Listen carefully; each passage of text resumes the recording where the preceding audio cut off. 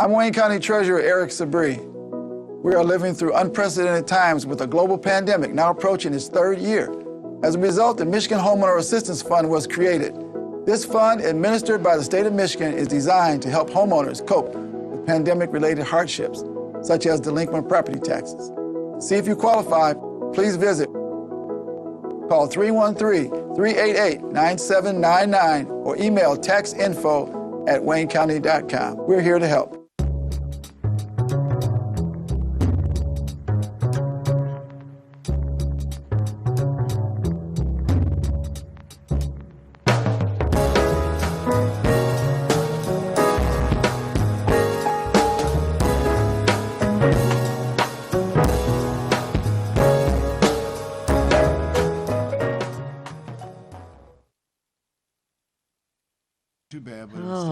Lord. Good morning. We sitting up here chatting about all these different things and not even listening to the engineer, who, by the way, Mr. Engineer, your doorbell is ringing. If you were looking for the weekly broadcast of the Ask Welfare Rights Program, and once again, you've been successful. My name is Maureen Taylor, and I work with Michigan Welfare Rights. I have on my People's Water Board shirt today, and I've got some special guests with us.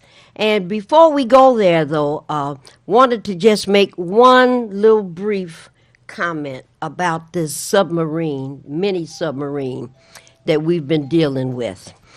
And I was talking to my colleagues before this happened. Tim, you hear your doorbell, right? Okay. And, you know, I looked again to see how long Marion and I had been on this broadcast. And it's approaching 22 years. Okay, long time. And in those days, my hair was different, and my face was, you know, I didn't have these right here, and my face falling down, and my muscles were tight, and now I got this here kind of stuff going on. And you know, what it indicates is that you have to update. You have to take care of. You may have to change your diet. You may have to change the way you live your life. Things change over a period of time. I was talking to one of my guests and liking this situation to this stuff called Plexiderm. That's on all the TV commercials now. And you can put Plexiderm on your face and it will get rid of lines and it will tighten up your chin and it will make your hands tighter and all those things. But it's a temporary relief. This mini submarine had been going down, over, and down, over, and over again with very little or no maintenance.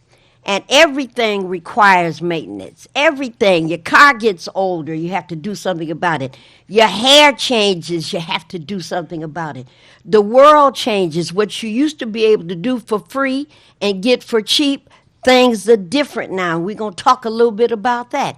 These folks that died, I don't have any interest for billionaires and the kind of ways that they live their life, but that was catastrophic to put people in that device with very little or no repair. Let's go in and check it out. Let's make certain that the pilings are available for and not kill us. Let's make certain that the right screws are in and that everything is tight. And didn't any of that happen? And it looked like on Sunday when it went off into the deep blue, something happened. Communications went out. Communications probably went out because of the power system that probably blew up.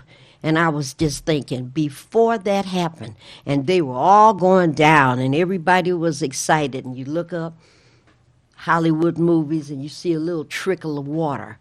Grab your shirt and put it up there to try to stop it. Then on this side, here's another little trickle of water. And somebody then knew, if that moment happened, I think we're in some trouble. And then, boom, whole thing blew up. And according to what I've heard so far, you can't tell. They found the front end over here, the back end over here. The exit only could be managed by the outside of the vehicle. There was no way to open it up on the inside. I guess it wouldn't have made any difference, because if you're 10, 12,000 feet, or if you're 1,500 feet below or into deep, the depth that you've gone to is 12, 13, 1400 feet. I don't think you could swim up because it's dark and you don't know which way is up. So, it just goes to show you, all of us have to be more aware of things that are changing, things that require a difference in terms of how we educate our children, how we do everything. Everything how we do now is different than what we did 15, 20 years ago. So with that, I'm going to introduce my guests. We have two special guests here today. Our beloved treasurer is here, Mr. Eric Sabree, and he's going to bring us up to date on some of these activities that are going on in terms of property taxes. And one of our welfare rights members, Teresa Clayton, fresh back from North Carolina, teaching expert, is here. And between the three of us, we're going to try to bring information and details and whatnot that may assist us, because that's what we do here at Welfare Rights. Of course, the call-in numbers are on the screen. 313 is the area code all the time. 868-0342, 868-0351, and 868-4336. And with that, let's start off with our treasurer. Mr. Eric Sabree is here with us, and good morning and welcome again, and thank you for coming. Good morning, Ms. Taylor. Okay. My pleasure. Okay, Ms. thank Clayton, you. good to Glad see you're you. here. All righty. Well, we get into her in a minute. I'm going to tell her story next. All right. Tell us what's going on with these funds and why are we having so much trouble making people apply. We have a couple of things. Really simple. We have the Michigan Homeowner Assistance Fund, which has been available since February of 2022. And so far, we have helped about 5,100 people with a tune of $20 million to get rid of all of their delinquent taxes in Wayne County. So that's good. That's the good news. Bad news is that we still have about 3,000 people who could be eligible that haven't yet applied. And that's important because once the funds run out, this is federal money, the relief funds, once this money runs out, then that's it. It's not going to be replenished. So we're encouraging people to apply. You can apply for up to $25,000 to help pay delinquent taxes, utility bills, homeowner insurance, internet services, and also if you have a mortgage or a land contract, you can use up to $25,000. You have to be an owner of the property and live in that property. You have to have suffered some difficulty or hardship from COVID. And you also have to be within 150% of the area median income, which in Wayne County is about $92,000 a year for a family of two. It's ridiculous for people. And what did you say about internet? Say that part again. Internet service also is one. If you're behind on your cable bill, your internet service, you can still apply for the Michigan Homeowner Assistance Fund, and they will cover that. So you can combine these two. Also, if you need $10,000 for your back taxes, $5,000 for utilities, and a few other thousand for internet service, you can combine it all, and homeowner insurance, and as long as it's not over $25,000, you could be eligible to get it done. So the funds are going to run out soon. We don't know when. It could be 3 months, it could be 6 months, but we urge people to apply right away. How can they do that? They can dial 211. It's the easiest number. Or you can call Wayne Metro at 313-388-9799. That's 313-388-9799. And Wayne Metro staff is there to answer the call and help you apply for these funds. And it's very important. The money's there. It's a grant. You don't have to pay it back. So like I said, we've already got 5,100 people who applied and got approved, and their taxes have been paid. They have a zero balance. They don't owe anything. Now, you already know I have a bad attitude about this. I know. And bad attitude comes because the length of time that Marion and I, when we were talking about this last year, and every week, and sending people down to different programs, Ask the Treasurer program where you could call in, everything that we've done, and for almost 2 years, we've been talking about this program. And, I get to this point where I'm almost there now, and I want to tell people, forget it. Don't apply. Don't apply. No, I got some friends that might need some help. Why don't you all just keep being backward and slow like you've been? And let me just send my crew over there. You don't need any help. You don't want to go get it? Forget it. Here's the important thing to know. This year, we had about 3,100 people, owner-occupied residential property owners, who could have been foreclosed. It would have been foreclosed had we not gone to court Yeah. and asked the judge to extend the time for another year. I remember. So that they could apply for these programs. So that's the reason why they didn't get foreclosed. And tell them again, if you apply for this, what happens if your name is on the foreclosure list? You get removed from it, if just by applying. So a lot of people. What else can you do? Last year they applied, we removed them. This year we removed them anyway, even if they didn't apply, because we know that most of them are eligible for it. So the judge agreed. Judge Fassard said, okay, give them extension for one more year to apply for these funds. After that, if they don't apply and they don't pay the taxes, next year is not going to be an opportunity to get out of foreclosure. And you're not going to be able to save them Not gonna be able after to do you've it. given time and opportunity and thrown the net, get in it, thrown the net, get in it, and they won't get in This it. is administered by the state of Michigan, the Michigan State Housing Development Authority, MISTA. So I've been promoting the program so much that people at MISTA, they call me Mr. My Half.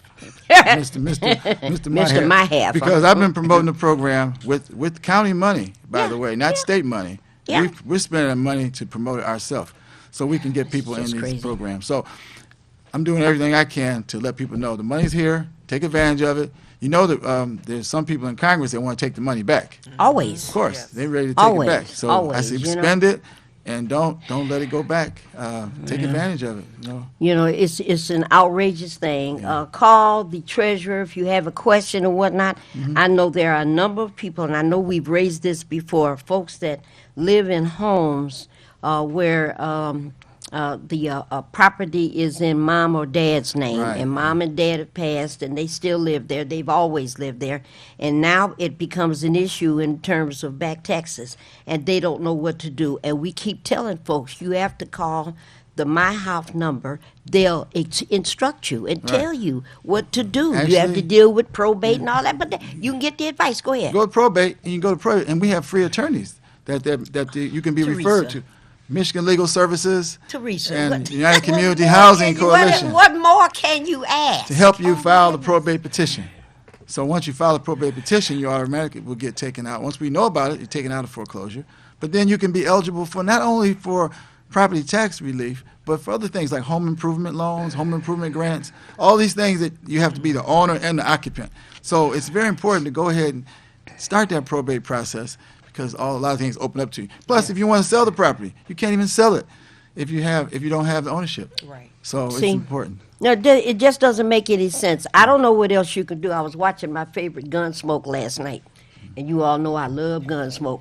And here's Matt Dillon trying to take this family down to the river, and the lady's talking about what a river has a funny smell to it.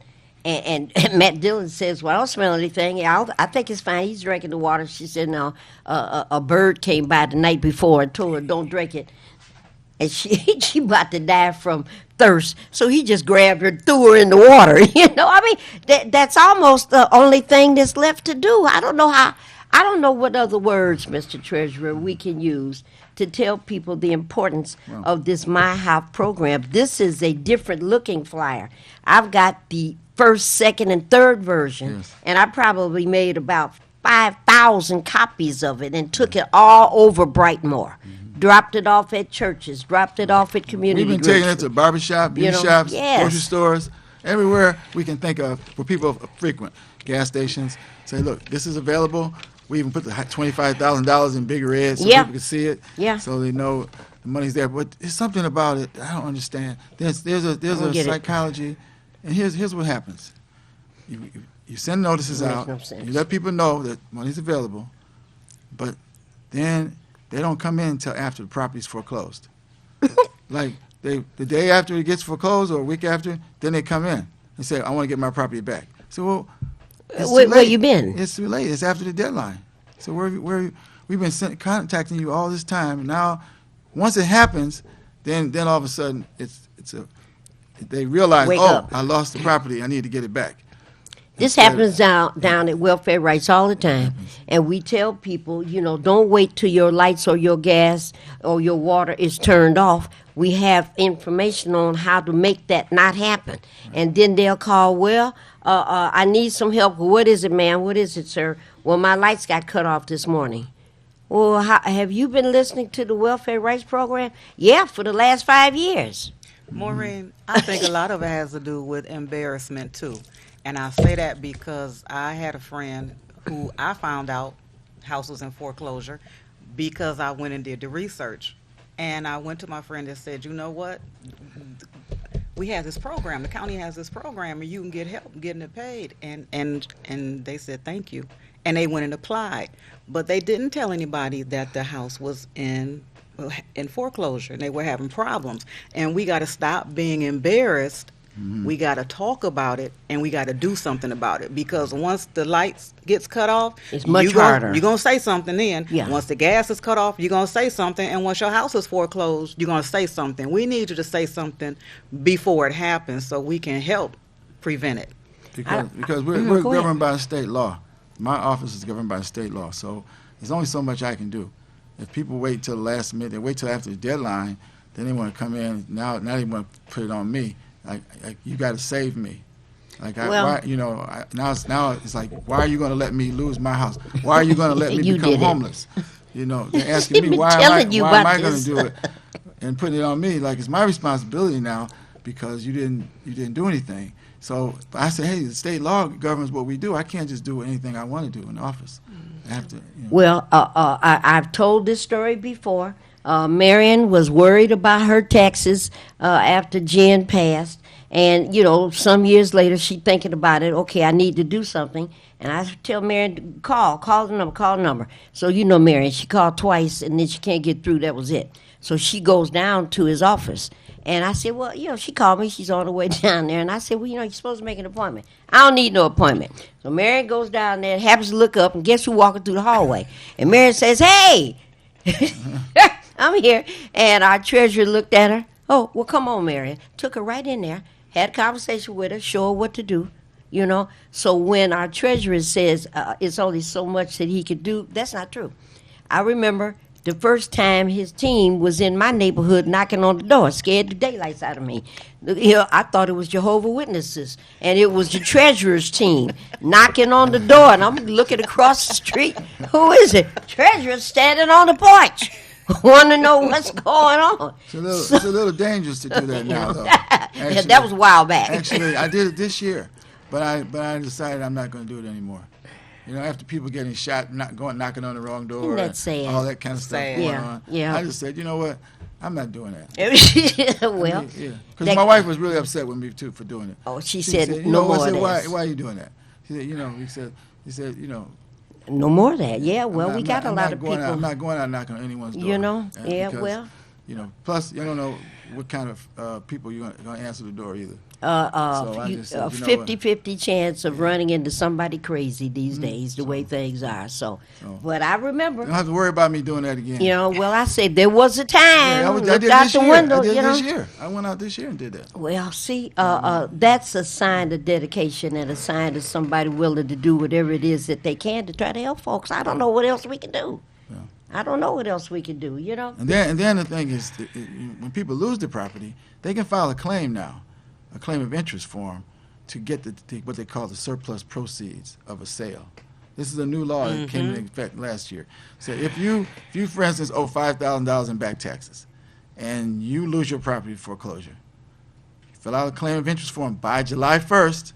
That's we telling people. We send postcards out to everybody telling them that. Because if it sells, and a postcard means like it's all you can do is pick it up and read it. You'll bright, have to open up the envelope. Bright yellow. See, you can see it in the mail. It says your property's been foreclosed, but you have a right to file a claim of interest. So if the property sells, then you are in line to get some of the proceeds over and above the taxes and the expenses of the treasurer's office. You can get paid. But most people, when you tell them, send them that they don't want to hear it. All they want to know is, I want to get my property back. They don't want to fill out the claims form. Because last year we sent out 3,100. This year we sent out like 3,400 cards. And last year we got 160 out of 3,100 cards came back. People filled out forms. 160. 160. And out of 160, only 41 of them went to circuit court after the auction was over to claim the money that they could claim. See, something wrong. So I There is just, something psychologically wrong with this. You know what, Go ahead, Maureen? Teresa. So that means, Mr. Sabri, your office was proactive again because they just had a Supreme Court ruling where the grandmother filed that. Well, and was that it was a Wisconsin? Minnesota case. Minnesota was. Yeah, I went to the Supreme Court and watched the case when I went to Washington to see how the justices asked the questions and their body language, and I could see they were going to rule in favor of Ms. Tyler, and we in Michigan already had a case. Right, See, right. so we're in line with what the Supreme Court has said, that the government can take what's due, what is due, the But no taxes more. and expenses, but no more.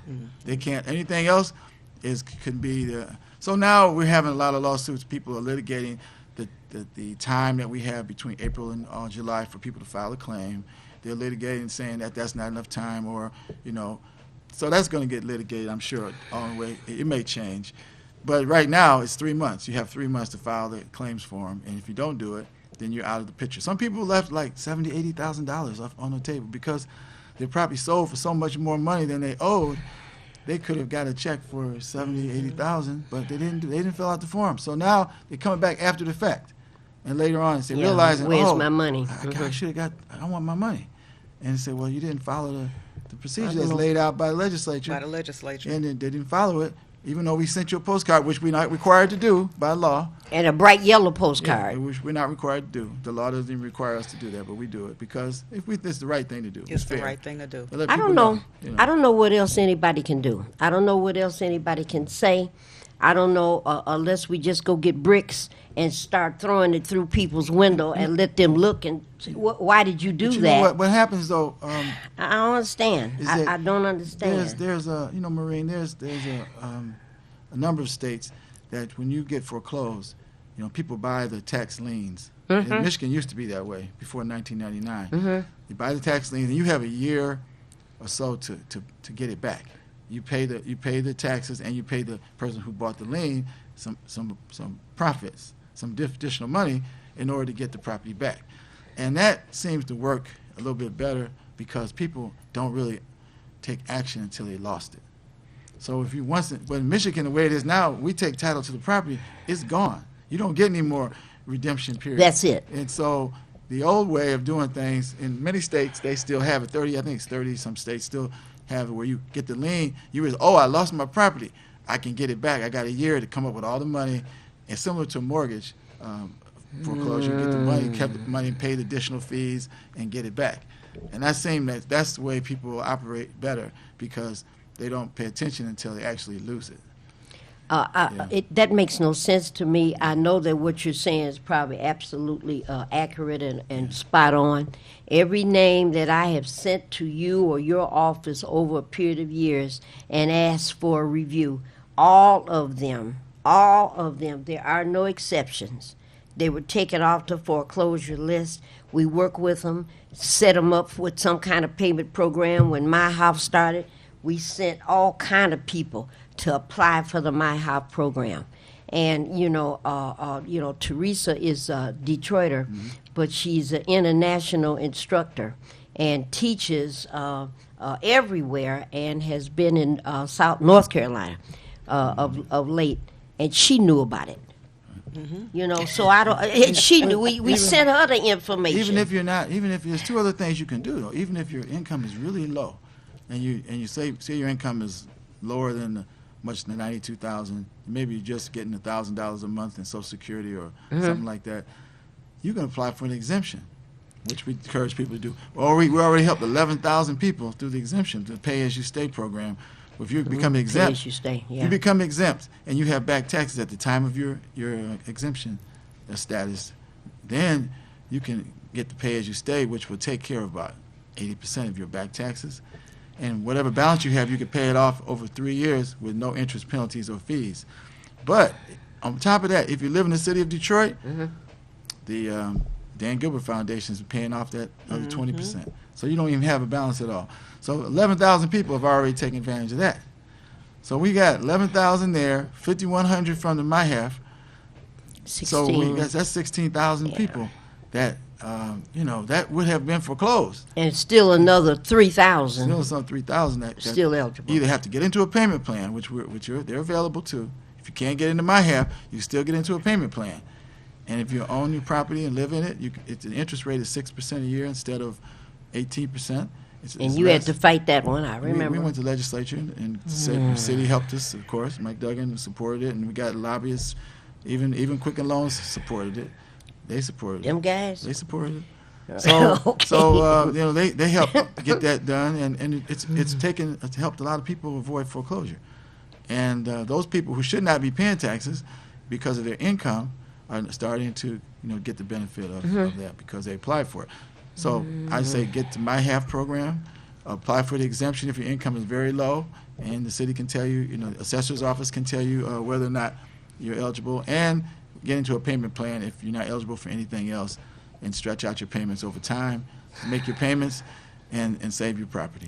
Mrs. Sabri, do you all help people fill out the application? Because I was just thinking to we have. myself, people who may have difficulties reading and writing. We will do that, but we also refer them to Wayne Metro. Okay. That's what Wayne Metro does. Okay. They do a lot of that. When we have community meetings, like for instance, we go to Highland Park or to go to Ecorse, so there's different cities. Fellowship and Chapel. Neighborhood. We go pick out certain zip codes and go there. Wayne Metro sends his staff with them. Okay. And so our staff goes, and then Wayne Metro has 2 or 3 people there to help them fill out the application, like right on the spot. Oh, that's good, So that because, way- sometimes some of us, our I- vision is getting a little bit, and we can't see that application well enough to fill it Here's, out. here's what happens too. One of the seniors told me that she applied for My Half, and she misunderstood when the question was, "Did you have a hardship related to COVID?" She thought that they asked like, "Did you have COVID?" So she didn't have COVID, so she said no. And when she said no, that means she's not eligible. So those kind of things happen if you're doing it by yourself. So that's why we need people to help, because we had to go back and get an appeal her application, reapply, because she was definitely eligible. She had an impact from COVID, but she never actually got COVID. So she misunderstood, which is easy to do, Right. and said, "Oh no, I didn't have COVID." So they said, "Well, then you're not eligible." So whoever was taking that application didn't understand the ask question, a few yeah. more questions and say, "Hey, you don't have to have COVID, but if you had any cut in your loss of Economic, income, financial, yeah, something that occurred over the last 3 years. Exactly. Sick Yeah. relatives, anybody you were taking care of, any hardship that caused you to lose income or increase your expenses would be eligible. Well, now let me say this, 313-868-0342, 868-0351, 868-4336. Ms. Clayton has already ventured a possible explanation on why people just refuse. I can't think of a better word, just obstinate, just refuse to go and get help when the door is open. The house is on fire. Flames shooting through the windows, and the door is open right there, and we're saying, come this way, and they're sitting in the chair. Yeah. Come this way, come out the door. Well, some people are in denial of what's going on. That's I'm not a psychologist or psychiatrist, so I can't tell you why that happened. I don't but get it. I don't get it either. They're not really. They don't want to hear it. They don't want to hear the real what's going on. But they hear it the day after the notice comes out that your house is foreclosed on. Yeah. They heard it then. They call See, you every day. After You know, that. I don't understand it. Ms. Clayton is going to say a little something about education things, and you've got kids in college, so Actually, they're out of school now. big time. Okay, They're out of school. all so righty. I'm glad. Oh Lord. Yeah, I'm glad. Teresa, tell us what you've been seeing, especially since we're doing these. We've finished our 3rd year of COVID, and now we're in year 4. But year number 1 of almost recovery, and I'm saying almost because I know people that just had COVID just the other day, and the COVID numbers at my school, well, not at my school, but in the state, we looked at those numbers and they're creeping up again. So 2,000 or 3,000 dead in Michigan over the last 30 days. Okay. That bad. Really? That bad. Numbers are bad. Yeah. So, what are you seeing in terms of the economic and educational impact of education over the last 3 years, and now we in this following year, what are you noticing? Ms. Taylor, Move your microphone closer to you. Yeah. one of the things I want to say, and I had this thought this morning when I looked at the news and they were talking about Moses Field and the things that were happening over there. Parents have to get into the classroom. They've got to volunteer. They've got to fill out. All districts have paperwork that you fill out to go and be a volunteer in your child's school. You got to get in there and volunteer. Nothing says to a child that education is important more than when their parent is involved in school. We've got to get the parents involved, and that would solve a lot of things that are going on in the school, because when parents are there, you got extra hands to help with things. You have extra eyes to help with things. And I'm going to tell you now, there have been times when I've been frustrated and I've had a parent in the classroom and the parent says, "Oh, Miss Clayton, I got this. Let me help." And those parents are wonderful. You know, nothing helps more than parent involvement in the school and in the classroom. We've got to get to, and you know, with COVID, we were all out of school. And then when we came back, there were so many rules. You know, we couldn't have visitors in the classroom. You couldn't have visitors in the school. But now that all of that has been relaxed, parents, we need you back in the school. Come back. Grandparents, we need you back in the school. Come back. And I had another thought. I say a lot of parents, for whatever reason, it could be tickets, it could be whatever, you know, they can't volunteer. And I remember when I was out of town and I was in Korea, and I had to ask my relatives, "Can you all please go to the school and volunteer? Because I'm not there to do it." Can you go? So we had to enlist family members, because children, when they see you involved in school, they know this is important. What have you noticed in terms of the academic levels being challenged because of these 3 years involved with COVID? In my school, and again, I'm on the west side at a public charter school, Detroit Community Schools, and for months we were out and kids were involved with online study, and that did not work for most of them. So what have you seen in terms of the academic performances? Well, it's kind of scary, Miss Taylor, is what you and Marion always said about that education and the have and the have-nots. And what I'm saying is this: the children that did well during COVID, either because they had support at home, you know, everybody didn't have somebody to help them at home. The children that had help at home, they're doing better, but that gap is widening. And the children that didn't have the help, or the children that weren't able to do the homework, or the online didn't work for them, that gap is wide. And here comes the treasurer saying if you have trouble with your computer, your online access, you don't have to have trouble. Here's a way for you to get that back.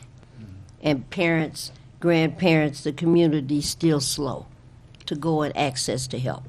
Yeah, Now, we just graduated 2 weeks ago. This would have been my 11th graduating class, all right? And this was probably one of the smallest numbers of graduating classes. So about 75. And we're usually 110, 120, a whole lot, all right? And so many of the children didn't finish their requirements, right? And that's an issue. That's an issue. So I know, and talking to different parents came up to talk to me yesterday in my school about the difficulty she was having, and she was about to get evicted. I said, "Well, why?" She said, "Well, I can't, my property taxes." Jump right with her. I asked her if she had heard about the My House program. It's a parent whose kids have been going to the school for 5.5 years. And she said, "No, what is it?" I told her, "Look, it's going to take everything I have to not hit you upside your head." She has to walk past the table, Mr. Treasurer, where the older flyers are. And I got them in a pyramid, so, you know, when you go by the wind, you know, you can't miss it. You can't miss it. The only thing I haven't done is put a string on it. And so when you come in the door, maybe you have to duck. Is But she, other is she than, owner? She's you the know, owner of the home? Yes. Well, she's the owner of the home, and Says she never heard of she's this. living in the home, and she said she got foreclosed. Her name is on the list, she said, because she's behind on her taxes. She was off for over a year because of COVID. Because if she got a foreclosure designation on her property, and she's the owner and lives in the home, she needs to just go and get the principal residence exemption, which reason why she would get foreclosed. Otherwise, if she has a principal residence exemption on the property, it will automatically be taken out of foreclosure. So if it's an owner-occupied property, we would not know about it if they don't have that PRE, which means it looks to us as though it's tenant-occupied. And if it's owner-occupied, they need to go over to the city and get that PRE, the principal residence exemption, and give it to us. We'll still remove it. And that's what we've been doing since March, because some people are living in a house, they don't have what they call a PRE, a principal residence exemption, which indicates that's your homestead. So it automatically, when we see that, those are the properties that got removed because they're designated as owner occupied. But if somebody doesn't have that principal residence exemption, Don't understand it. it goes in like a rental property, and it doesn't get removed, and they can get foreclosed. So if they're living in the house and they own it, they need to go get that PRE. And they got to stay on it, because I had that problem, and the city of Detroit, they did not give me PRE for 2 years, but I didn't know, because I didn't know till the taxes came out, and I'm going, how come I'm not getting principal residence exemption? So then I'm calling, and I'm thinking that my calls or my paperwork is going through. Then I get the next set of taxes, because you only give them twice a year. Yeah. How come I'm still getting these? So I get that part. So if they don't have PRE, you got to stay on the city. You have to stay on it. You got to stay on them. Don't wait like I did, but I was paying my taxes, but still I'm overpaying taxes. Yeah, you're overpaying. When you have a PRE, I'm overpaying. Yeah. Don't wait. This gives me a Check. headache. You Check. just gives Don't me just think that the city is changing it like they should, because I'm only seeing it twice a year when I get taxes, especially if you need that because you're getting foreclosed on. Don't take it for granted. Call them. You can still do it. And the last time I called, Right they now. were very nice down there. Still do The it. people on the phone at the city. They Well, were very see, nice. And I raised that example because of Miss Tony that came in to see me yesterday, and was a little concerned because her kid was being recommended for summer school, and she said she didn't think that was fair because that child needed to have some rest. I took her back in my office, so I shut the door so I could holler at her. Are you crazy? That kid been in and out of madness for 3 years. Not his fault. All the rest of these children, every kid Right. across America needs to be going to summer school, every one of them. And if they can find a way to put them in school Saturdays and Sundays, do that too. They're all behind. They're all behind because of what happened during COVID for the whole country. So while we're in there, is now here come the tears, here come the problem. I'm being evicted. Why are you being evicted? I'm behind on my taxes. You didn't pass the table with my information there. I got another parent. He's got 4 daughters. The first 3 daughters and him and the mom were together a long time. Mom passed away with cancer. The house is in mother's name. Then he got about 3 or 4 years later, he started dating another woman. She got pregnant, and here comes the 4th daughter. They are behind on their property taxes and don't know what to do. I keep telling them, I keep making you a copy of things. Call the number so they can tell you there's some probate things that are involved, but get the details so you'll know what to do. Well, I think I'll call them later on today. We've been having this conversation for almost 2 years. Miss Taylor, but one thing I learned I don't get it. working with you at Welfare Rights is that a lot of people are afraid to have that conversation, because when we get on the phone and we say, wait a minute, we're going to call, and we do the 3-way calling, Yes, and yes. we help people have a conversation, and then they feel a lot better. It's as if they're intimidated, they're afraid of what they might hear, and they don't know how to respond to questions to ask. And when we help, things get done. It gets relieved. And I understand. Well, we have a history, Mr. Treasurer, of when you come to welfare rights. I said I was going to tell her story. Miss Clayton was very, very ill there for a while, and had to not come in. Had to get some disability from her job, and then she came. I was there Saturday. She showed up, and rang the doorbell. I went, and she says, "Oh, I'm feeling a whole lot better. I thought I'd stop by." Stop by. You better go in there and get on your desk. All the things that you left, they're still there now. Stop by. You better go. And all those things that are piled up that you have to do, they're waiting for you. Isn't that what I said? Yes, ma'am. Go You on sure in there. did. Stop by. Got too many people to help. Yeah, too many people to help. And I think Ms. Clayton is correct. Sometimes people, and I forget that, and that's my frustration and my intolerance levels. People don't understand language. People don't understand words. The word exemption might be a big word, and maybe they don't get it. And you have to, step by step. We spent a whole lot of money at Welfare Rights buying expensive phones that we still have, so that we could figure out how to push this button and a third button to get on a conference call, so that we could all be on the line together. Talked to Ms. Harris 3-4 times yesterday about folks that are behind on their taxes, and Pat is asking me what should they do. Told give them the MyHoff number, and Right. almost all of them are seniors living in a home. Okay. All right, and so call MyHoff so that, well, which program do they ask for? I'm not asking for anything. Say I'm being referred by Michigan Welfare Rights. I need to find out all the programs that I might be eligible for. Right. Ask for all of them, and so they can tell you. And everybody I talk to, the folks that I've had to intervene with down at the MyHoff group and at Wayne Metro, very nice. Very nice. They'll tell you right away, well, let's go through the list. Are you this age? How long have you lived in your house? Have you had some kind of catastrophic event that happened connected to COVID? Tell me about it. They ask you all of the questions. So all people have to do is to get past their initial fear. Right. Yes, that's right. And go ahead and make the call. And have That's paper what it and is. pencil ready, so when they Yeah. get answers, and don't be ashamed or afraid to say, okay, can you slow down? Can you repeat that? Because I deal with that with my 86-year-old father. When I get over there, Dad, where's your paper and pencil? And we're on a 3-way call with whoever, insurance or whatever. And come on, Dad, let's write this down. And ma'am, can you repeat what you just said? Because we need to write it. Mr. Treasurer, say something about it, and then Teresa, I want you to respond to a whole separate question. I have people that tell me, well, I live in Redford Township, I live in Livonia, I live in some other Wayne County area, am I eligible? And I tell them, yeah. And then they say to me, well, what if you live in Oakland County?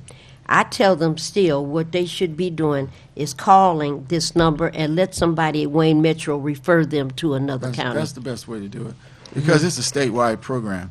So every county, this program is available to any county, 83 counties in Michigan. So Pellston, Michigan, all 83 counties. where Jackie lives. Okay. This program is available, and some treasurers don't really have a foreclosure problem, but there's people who are behind. Yeah, They may not be foreclosed, but they may be 2 years behind. absolutely. And this MyHoff program can help them wipe out their tax Their debt. arrearages. Yeah. Okay, all right, that needs to happen. And Ms. Clayton, say one more thing. We're approaching about the last 15 minutes. I'm a proponent, I've said that already. I think kids need to go to school over summertime. If you failed 1 or 2 classes, and the parent told me yesterday, well, a child only failed 1 class. Well, that's 1 too many. We're not talking about they failed Japanese or they failed a Chinese language or something like that. They failed math. Huh, what? They failed English. Well, what do they teach in English? Don't they teach English? What are you talking about?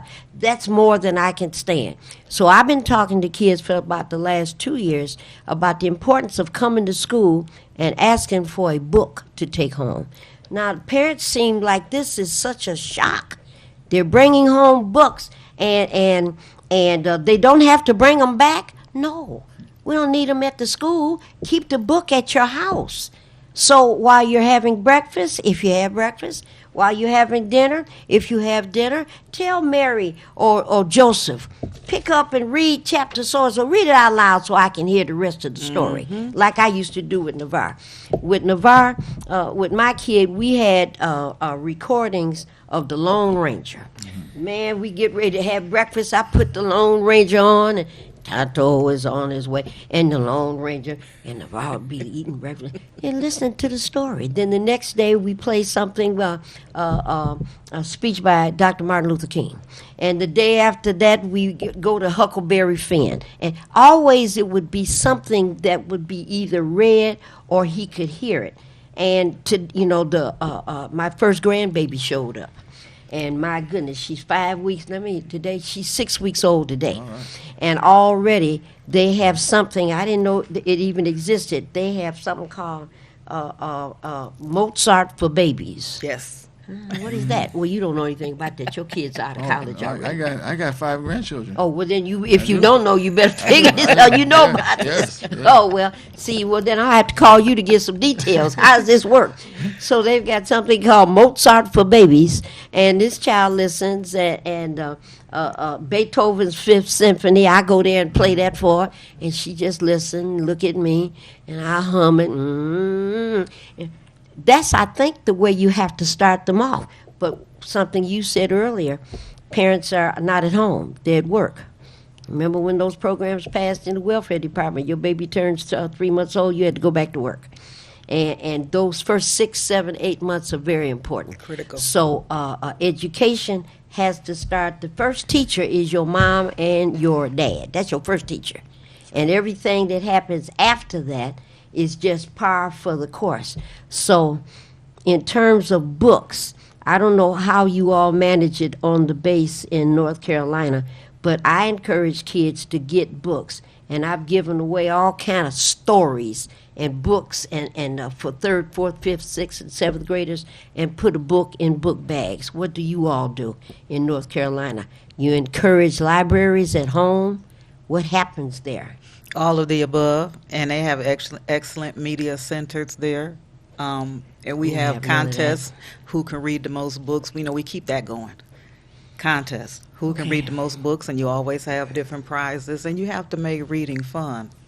You have to, because it's too important. It's too important. Miss Taylor, I want to say something else too. Go ahead. One of the things that I used to try to do with my students when I was in Detroit Public Schools is we got to move them ahead. We as teachers, we became, especially in DPS, I love my DPS colleagues, we became experts in pulling them forward and pushing them forward at the same time. Because even though I have a child that's on grade level doing everything, I need to be pushing them because they can go there. And so we spend a lot of time with remedial, and we need to, but we also need to spend a lot of time, what's wrong with this 5th grader operating on the 8th, 9th, 10th grade level? We need to push them forward, too, at the same time. So while we're pulling this group, we got to be pushing that group. And DPS my colleagues do a good job of it. Well,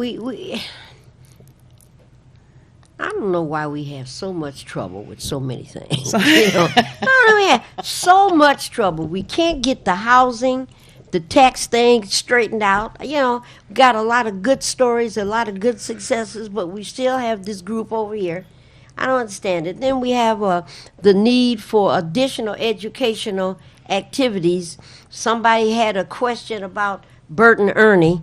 Were they gay? And I thought, where did that come from? And why does it matter? Sesame Street was and still remains an outstanding educational opportunity. Yes. So what's the problem with this? And we just seem to have, one of my colleagues at the job mentioned it the other day. We've got, with these 5 people that got killed in this submersible, we've got Australia, France, England, Belgium, Canada, people from all over the world sending divers, sending equipment, sending their ideas. Everybody's trying to show up to help out. How come we can't get that same unity to find peace? Yeah, right. All of this energy 5 days. We're going to do something. We're going to make certain it happens. And now that they've discovered that this catastrophic implosion has happened, we're going to still stay in there so we can find out what happened so it won't happen again. All this energy. And it's teamwork. And it's teamwork. And teamwork, because See, that's what teamwork. That's what does it. And all hell breaking loose all over the country, all over the world, and we can't seem to muster the energy to get kids educated. I remember when I talked to you years ago about the, what was that program I had you investigate for me? Sending pen pals, and sending information to kids in Korea.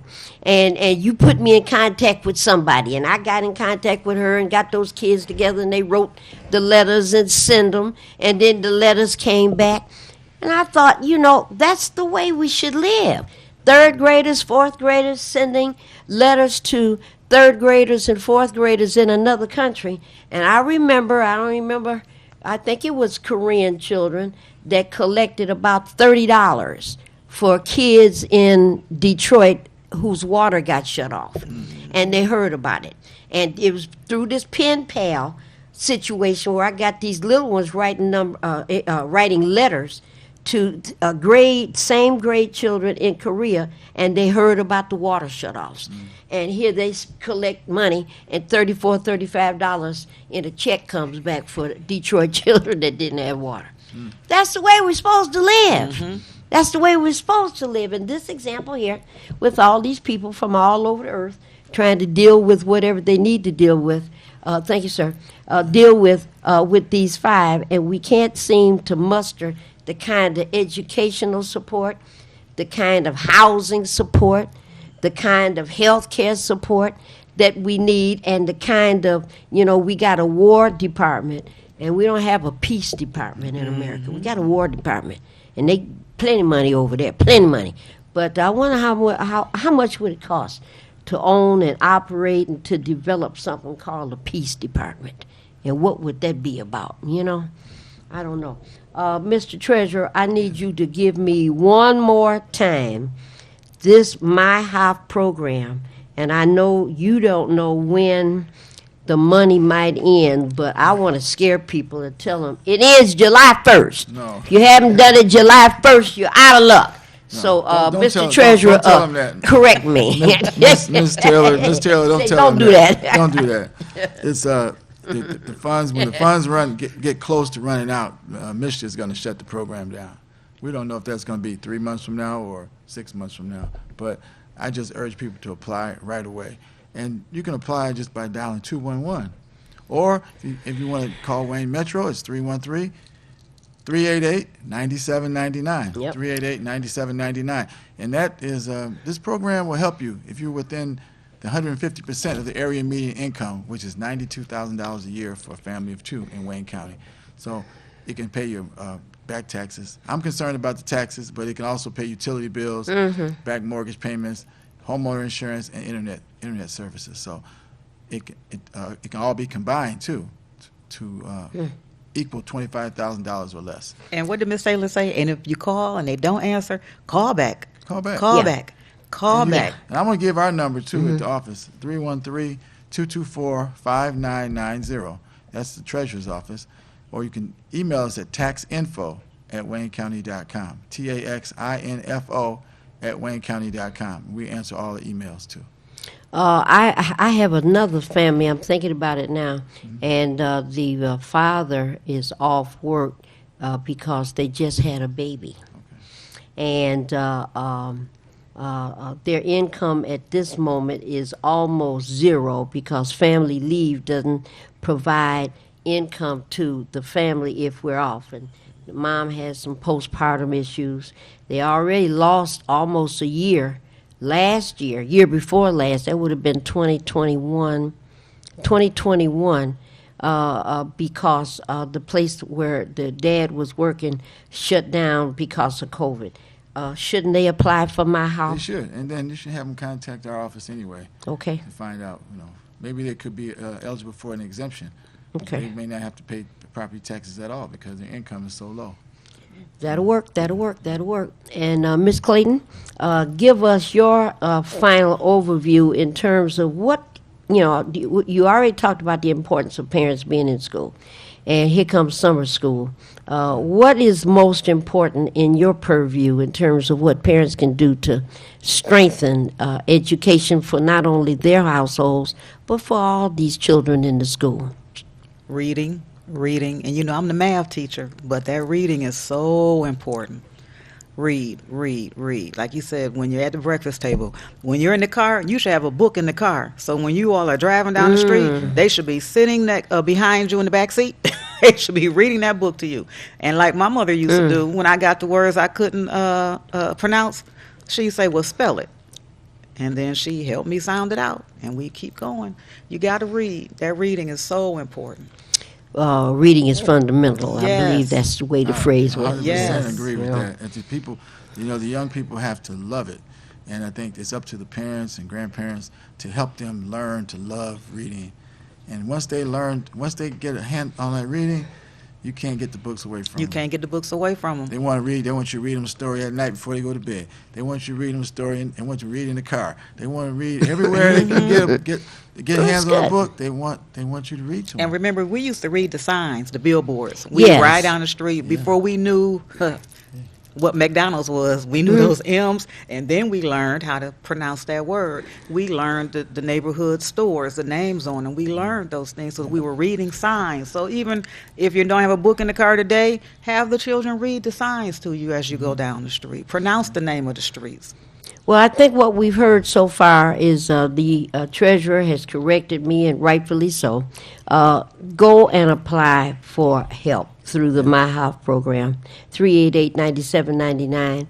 You all know 224-5990 is the treasurer's office. Somebody always answers there, and there are some outstanding people that work there. And Ms. Clayton has indicated that the importance of reading.